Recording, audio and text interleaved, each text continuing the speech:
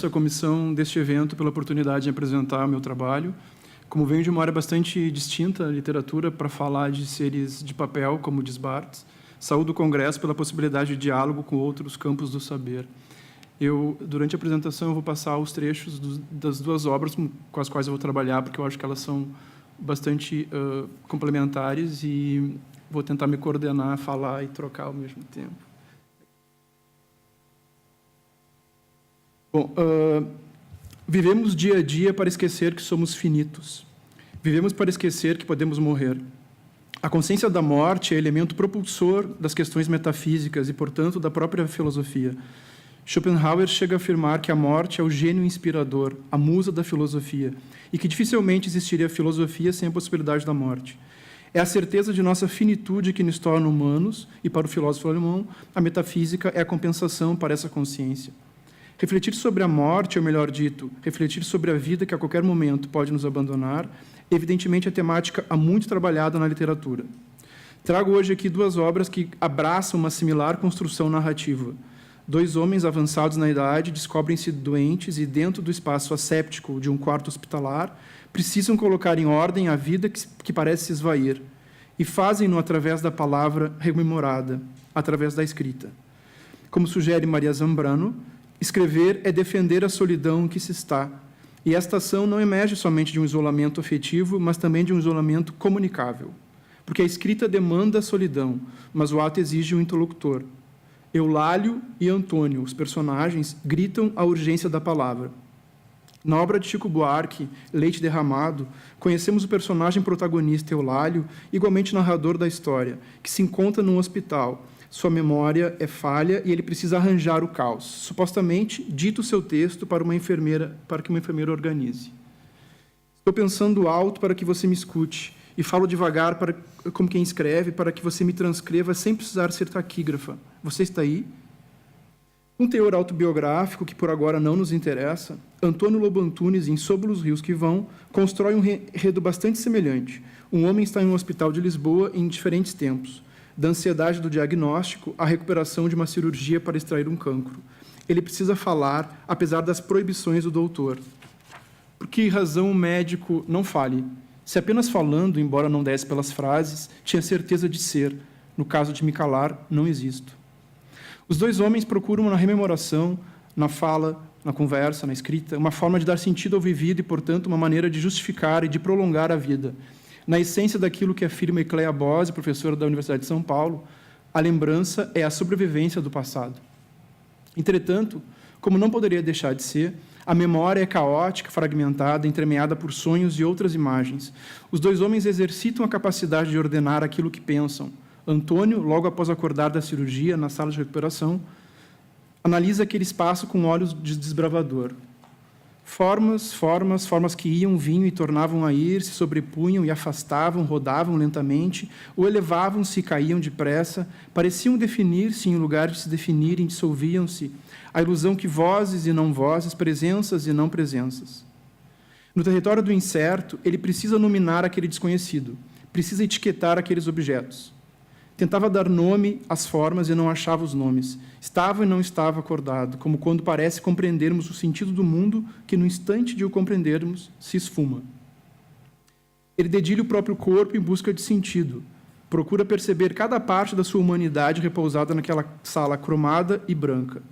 A boca que principiava a existir, quer dizer, uma zona que chamou boca, dado que lhe parecia que dentes, o começo da língua e um tubo atravessar os dentes e o começo da língua. Eulálio, personagem de Chico Buarque, também assenta-se no próprio mundo relembrado. A memória é deveras um pandemônio, mas está tudo lá dentro. Depois de fuçar um pouco, o dono é capaz de encontrar todas as coisas. Não pode alguém de fora se intrometer, como a filha que pretende dispor minha memória na ordem dela, cronológica, alfabética, por assunto. A divulgação de Eulálio dentro do campo indisciplinado da memória encaminha-se para a reflexão de Paul Ricoeur, quando o teórico disserta sobre o processo de rememorar, que por vezes traz junto imagens falsas, criadas ao longo dos anos. Eu cito: a permanente ameaça de confusão entre rememoração e imaginação, que resulta desse tornar-se imagem da lembrança, afeta a ambição da fidelidade na qual se resume a função veritativa da memória, e, no entanto, nada temos de melhor que a memória para garantir que algo ocorreu antes de formarmos sua lembrança. É só a memória que pode auxiliar esses arqueólogos da própria narrativa, ainda que ela seja quase sempre insuficiente e pouco confiável. George Gurdjieff sublinha que essa turvação no que se rememora, uma vez que a captura de imagens vividas é uma missão sempre muito íntima, que alcança, por vezes, o fundo do poço da interioridade. Além disso, o personagem de Lobo Antunes percebe a contaminação daquilo que rememora como sendo dele e daquele outro material a ele repassado através dos tempos. Existências alheias a invadirem a sua, episódios com os quais não sabia lidar. Ecleia Bose sublinha, e eu cito, o passado, conservando-se no espírito de cada ser humano, aflora a consciência na forma de imagens-lembrança. A sua forma pura seria a imagem presente nos sonhos e nos devaneios. Os dois personagens confundem tempos e trazem essas imagens-lembrança de outros momentos, entranhados com aquele agora difícil em que vivem. Por isso, cenas da infância são recorrentes, numa sobreposição de presente e de passado, que trazem embaralhamentos, confusão, mas também saudade. Como na passagem em que Antônio teoriza uma possibilidade de engano no diagnóstico. Repare-se que, para marcar seus contornos identitários, o personagem traz marcas e fatos da infância. A pensar, trocaram os exames, enganaram-se, referem-se a um sujeito qualquer, não a mim. Sou o Antoninho, tenho 2 dentes postiços, aprendi a andar de bicicleta aos 7 anos, há momentos em que me sinto contente quando meu pai... A presença do pai é suspensa, como a própria imagem paterna fica em suspenso durante toda a narrativa, num misto de sentimentos de Antônio, mais medo que amor, mais frieza que afeto, porque o pai limitava-se a evitá-lo. Em recordações que misturam tempos, ecos do pai na infância, ai de ti se te sujas, ecos do pai na juventude. Quer isso ser médico? Que entendes tu de doenças? Aposto que matas os desgraçados que te caem nas unhas. De forma dilacerante, Antônio finaliza. O pai, mesmo na gaveta do cemitério, com meia dúzia de cravos num vasinho de ferro, não cessava de persegui-lo. Interessante observar aqui que o narrador muitas vezes assume um eu e outras vezes um ele, de acordo com o teor daquilo que ele vai narrando. É recorrente a presença da imagem infantil no personagem de Lobo Antunes. O Antoninho criança, que já visitava o avô no hospital, a todo momento surge como um outro eu. Observemos a seguinte passagem. O enfermeiro mudou-lhe a posição e deu por um joelho emagrecido e uma compressa na barriga feita para um homem maior que o seu tamanho, e, portanto, não o Antoninho, que continua na vila à mercê das gralhas que lhe berravam em cima. A percepção de um corpo menor, que o de fato tem, reduzido pela debilidade provocada pela doença, pela magreza que expõe toda a sua fragilidade, permite que o personagem a todo instante veja-se Antoninho, uma criança. O personagem de Chico Buarque igualmente passa por essas situações. Suas lembranças trazem lampejos da infância. Observe-se a passagem do personagem burrado com a comida do hospital. Tenho fome. Os enfermeiros aqui são rancorosos, com exceção daquela moça, no momento não me vem o nome dela. Na falta dela, alguém precisa se ocupar de mim. Exijo atendimento neutro, profissional. Tragam-me por obséquio a minha goiabada, tenho fome. Verei o prato no chão, não nego e voltarei a fazê-lo sempre que o bife vier com nervo. Sem falar que a comida cheirava a alho, deixe minha mãe saber. Deixe mamãe me cheirar. Tão logo volte da missa, e ela vai descobrir que me serviram a comida dos empregados. Porque quando a babá sai de folga, é sempre o tal negócio. Ninguém tem paciência comigo. Mas estou com fome e sou capaz de ficar batendo com a cabeça na parede até me servirem a sobremesa. Ecleia Bose discute o ato de lembrar e afirma, na maior parte das vezes, lembrar não é reviver, mas refazer, reconstruir, repensar, com imagens e ideias de hoje, as experiências do passado. A memória não é sonho, é trabalho. Assim, percebe-se que os dois personagens, velhos e frágeis, infantilizam-se por conta das lembranças de um passado bom. Também porque a memória é atravessada por os grupos sociais. Halbwachs salienta o quadro interpessoal da memória, os campos sociais da memória, e avança ao dizer que a memória de cada um depende das suas relações com a família, com os amigos, enfim, com o mundo social. Quando se debruça nas questões familiares, Ecleia Bose simboliza a casa como centro geométrico do mundo. O mundo exterior, a cidade, cresce a partir da casa.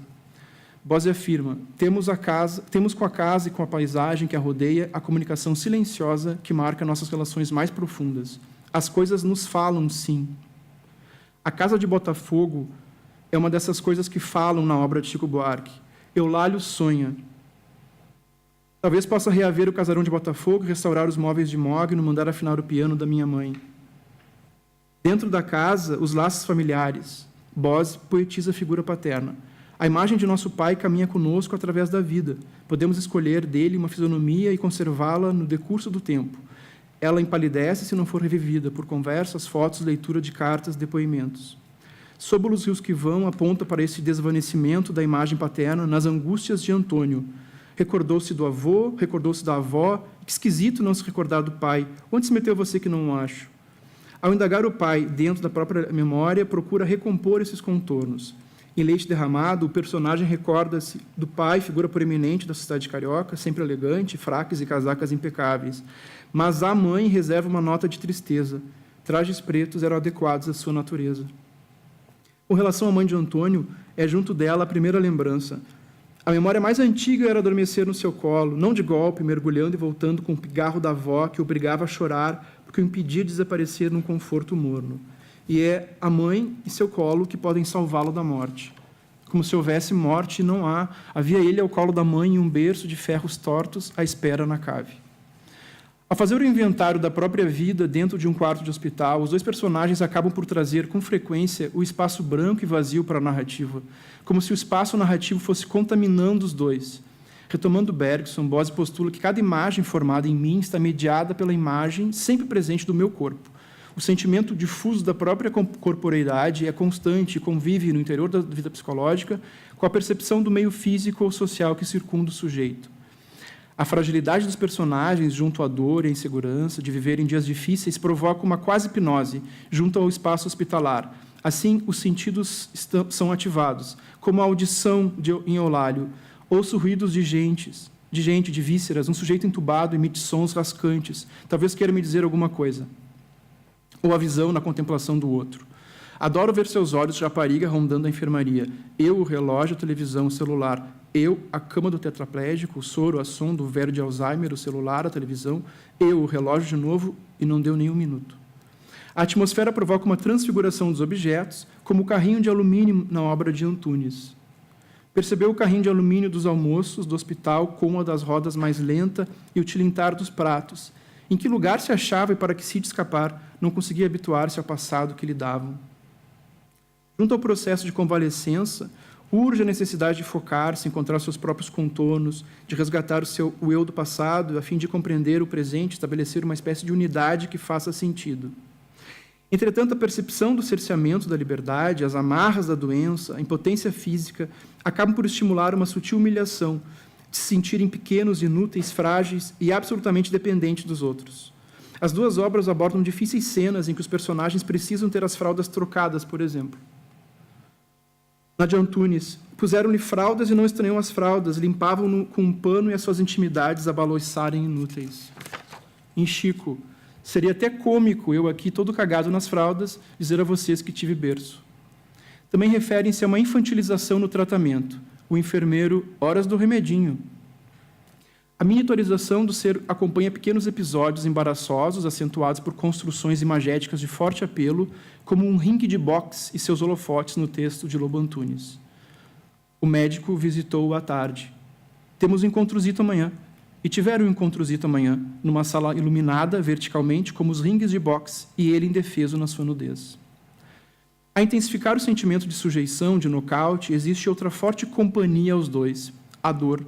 Os personagens sentem dor em praticamente todas as duas obras, e quando não a sentem, aguardam-na voltar, como se a dor tivesse corpo, tivesse uma presença física. No texto antuniano, talvez o telefone do gabinete próximo fosse a dor a chamá-lo. O senhor Antunes está? No ritmo frenético da rememoração, apenas a dor pode calá-los. E vou deixar de falação porque a dor só faz piorar. Quando a dor não está presente, Antônio desenvolve a tese de que ela é criada pelos médicos, pois é condição sine qua non. E a dor no quarto vazio para o médico a distribuir pelos doentes não se abandonava o hospital com ela. Não há dor para todos. No momento da alta, revisitavam algibeiras. A dorzinha onde está? Dor intermitente e que causa desespero. O personagem de Chico diz: aqui não gozo de privilégios, grito de dor e não me dão meus opiáceos. Dormimos todos em camas rangedoras. Os dois acabam por desenvolver técnicas para sentir menos dor. Eulálio apresenta seus truques. Às vezes aspira o fundo, enche os pulmões de um ar insuportável para ter alguns segundos de conforto, expelindo a dor. Contudo, talvez o diagnóstico seja outro, como ele mesmo recorda. Mas, bem antes da doença, da velhice, talvez a minha vida já fosse um pouco assim. Uma dorzinha chata me espetar o tempo todo. É a percepção do corpo velho deteriorado que acaba por magoar ainda mais os dois pacientes. Como postula Schopenhauer, o que torna a morte tão temível para nós é a destruição do organismo, mas essa destruição nós a sentimos efetivamente nos males da doença ou da idade. A velhice é comentada de forma pungente por Eulálio. As pessoas não se dão o trabalho de escutar um velho, e é por isso que há tantos velhos embatucados por aí, o olhar perdido numa espécie de país estrangeiro. Habitariam, pois, um país estrangeiro, o qual poucos querem visitar. Bose afirma que a sociedade rejeita o velho, a civilização burguesa expulsou de si a morte, não se visitam moribundos, a pessoa que vai morrer é apartada, os defuntos já não são contemplados, os burgueses desinfetam as paredes da eternidade. Eulálio teoriza: é para si próprio que um velho repete sempre a mesma história, como se assim tirasse cópias dela, para a hipótese de a história se extraviar. Falar, escrever, para não esquecer. A sensação de abandono, portanto, é outra presença constante junto aos dois personagens. Antônio lamenta a solidão. Nenhum enfermeiro, nenhum médico, nenhuma visita no quarto.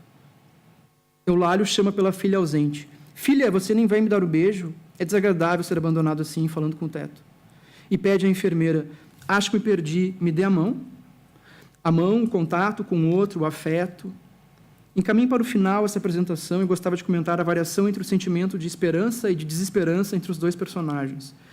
Trago para contribuir o pensamento de Unamuno, que se debate entre duas premissas, o desejo humano da imortalidade e o convencimento racional do absurdo de tal desejo.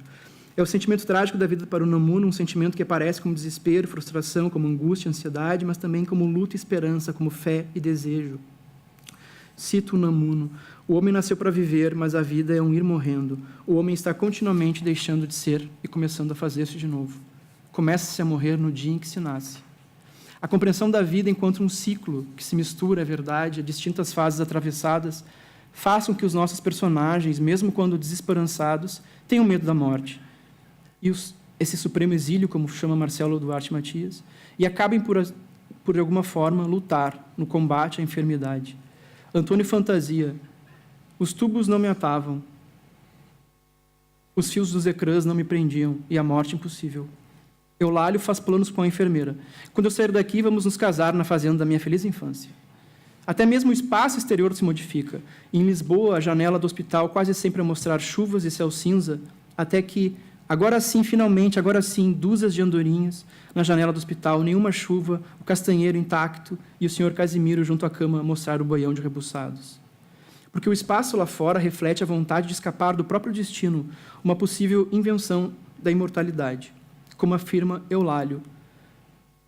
E passados muitos e muitos anos, uma vez consumada a fuzilaria do tempo, ainda assim, de alguma forma, eu seria um rosto sobrevivente. Sobreviver, viver, ativar a memória em espaços e tempos traumáticos é sempre um exercício de difícil configuração. Lembrar-se de si mesmo nessas situações é fundir experiências outras, uma vertiginosa construção de imagens, sensações, impressões, sentimentos, que se intercalam, que se sobrepõem e acabam por formar uma massa difusa, quase onírica, da própria realidade.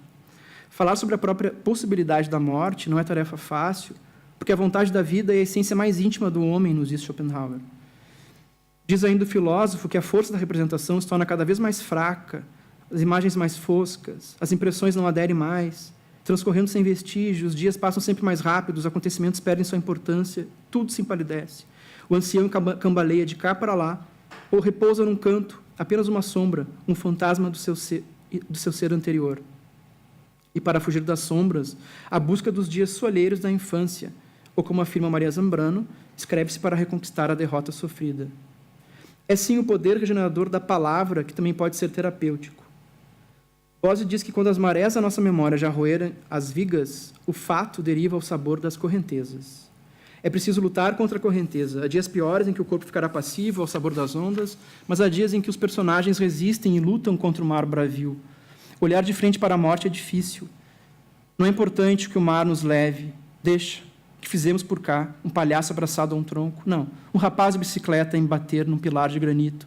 E o rapaz, um palhaço, fraldas ao galha, o tubo no nariz. Plantaremos árvores, escreveremos livros, e se Deus quiser, ainda criaremos filhos nas terras do meu avô. Finalizo essa apresentação com uma bela passagem de Ecleia Bose sobre a força da memória. Quando olhamos para trás, podemos localizar os marcos do nosso tempo biográfico no tempo solar decorrido. Mais que os astros, pode o tempo social que recobre a passagem dos anos e das estações. À medida que o tempo social se empobrece de acontecimentos, se afina e se esgarça, vai pondo a nu aquele tempo vazio, sem aparas, como um chão infinito, escorregadio, em que os passos deslizam. Mesmo trôpegos, Antônio e Eulálio seguem a caminhar. Muito obrigado.